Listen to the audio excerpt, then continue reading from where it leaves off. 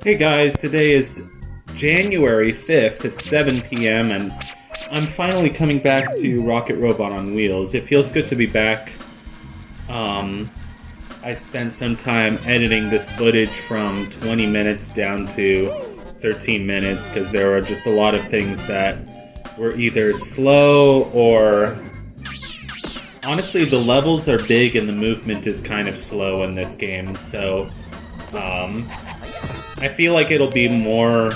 Like, I'll edit less of that out once I'm doing live commentary, but since this is the first level and I'm just doing post-commentary for for this, 91 tokens. I'm already having, like, you know, that when there's just enough phlegm at the back of your nose or the back of your throat where it just starts making it uncomfortable to speak. It's just like, oh no, not that again. No, I love this game, and I don't want to, like, be like, oh, I cut out, 7 minutes of wasted footage. This is your power cell. But, I put off making videos for a really long time, for various reasons. It feels like a really long time. It probably wasn't that long. But, at the back of my mind, I'm always just like, oh, I haven't recorded any...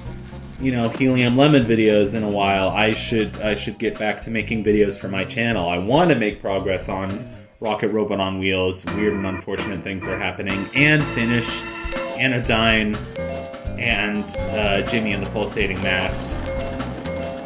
They're both finished, but I want to start post-game for them. That's what I mean.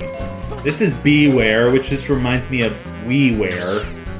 I'm not going to edit in that Homestar clip of him saying, "We will." Of course my throat glitched while I was trying to do that voice. But no, I already used that joke in my Helium Lemon content tier video. That was a good video. That was fun times. Hold on, I need to drink my tea so that I can keep talking. I need to keep my voice lubricated. To have some hot tea on my throat if I'm gonna be doing these videos. No, but I like this level.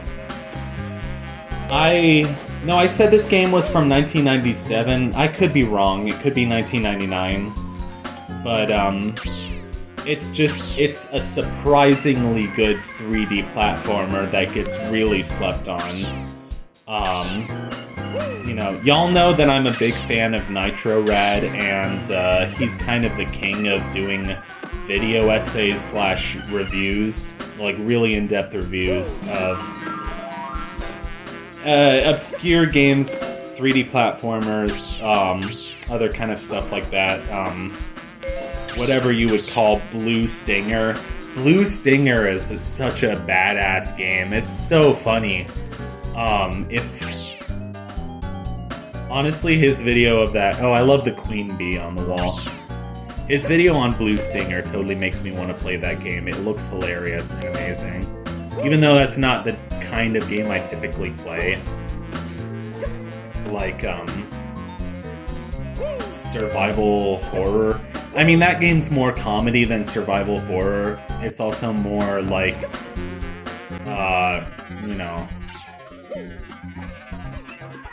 less horror, more just like go on mission to defeat the bad guy. I don't know what you would call it. Like a third-person shooter, I guess. Basically, I don't play much games with shooter in the title, except for the Metroid Prime series, and I haven't even played 3.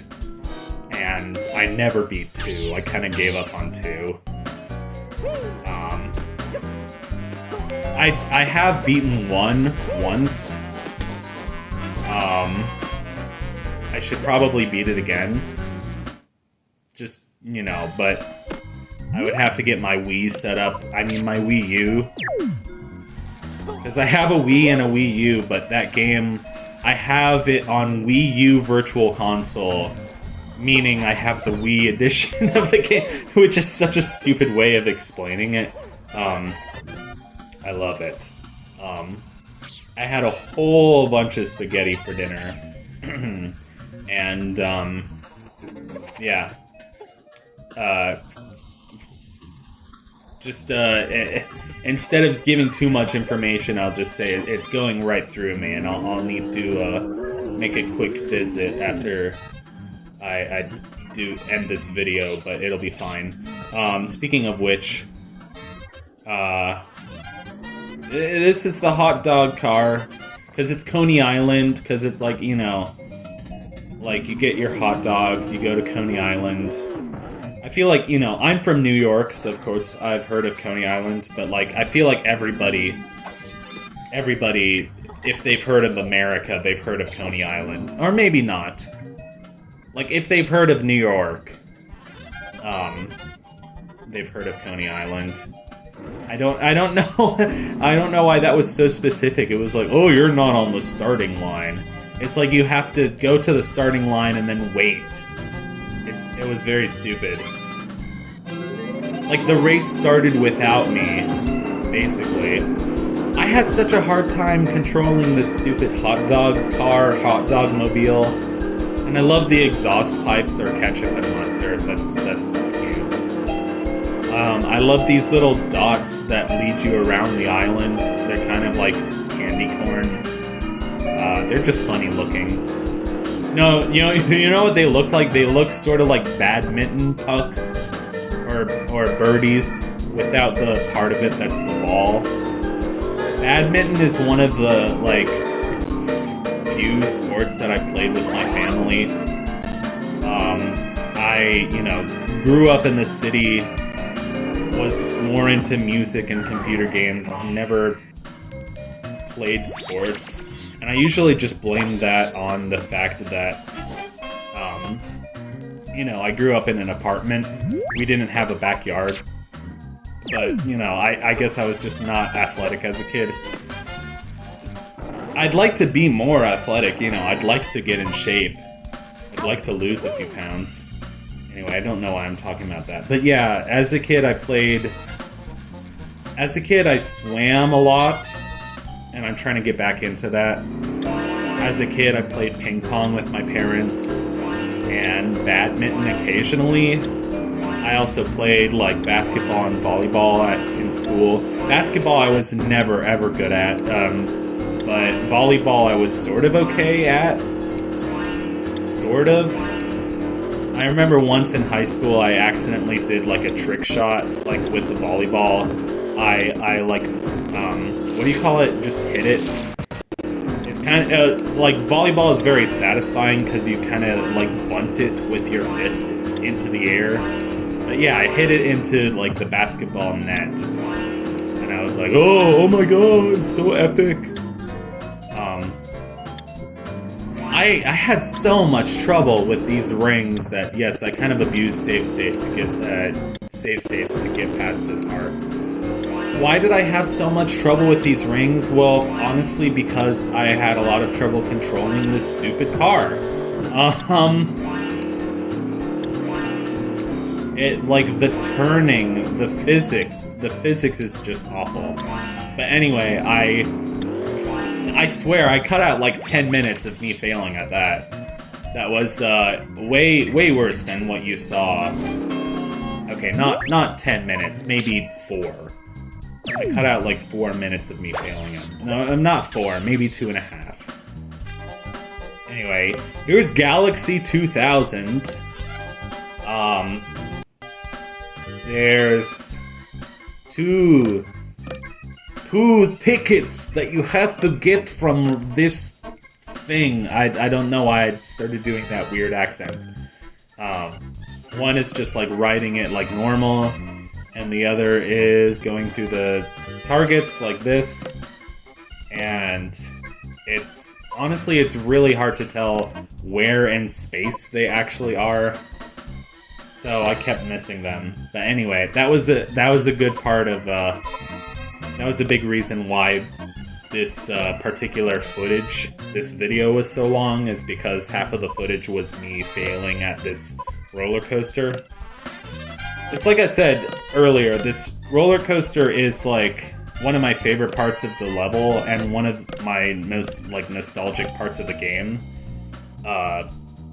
one of the most nostalgic parts of the game for me, because it's like, oh my god, you know, retro amusement park aesthetic with beautiful night sky, and you know, and you just get in and you just kind of, the roller coaster moves kind of slowly, but you just enjoy the scenery while it goes wee. But it just took a while because it kept being like, oh, that's not the right target.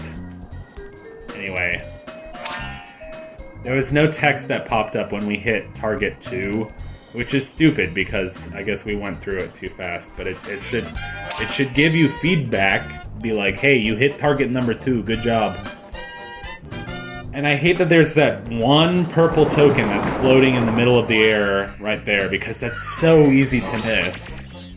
So, the next thing I had to do after getting this ticket was to figure out how to get that purple token. So that took a few tries, especially because it's impossible to see when you're in, like, the planning mode, so you kind of have to remember what corner it's in. It's in, like, that top left corner. I don't know. Anyway, sped up footage for a bit. Yay, enjoy the sky. There is a game called Jimmy Neutron Boy Genius for the CD-ROM. Obviously, you know, based on the movie that became the television show.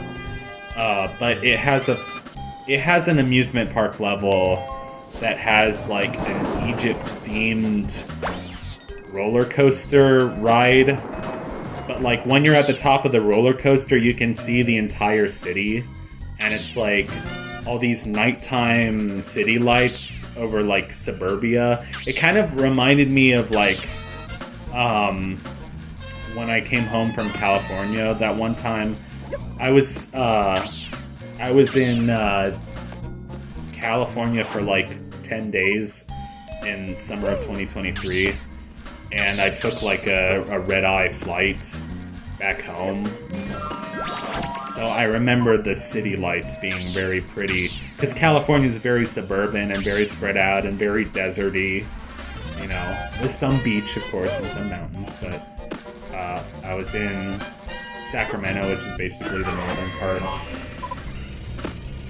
So, I don't know. Yeah. Oh, that was an extremely funny game to watch. It was kind of a fever dream. I would love to play that game someday, but I have to figure out CD-ROM emulation, which I like. Cartridge emulation is easier to figure out than disc emulation, but I'd like to do it because I know if I could figure out disc emulation, then I could emulate CD-ROM, GameCube, Dreamcast, Wii, maybe, PS1, etc., etc.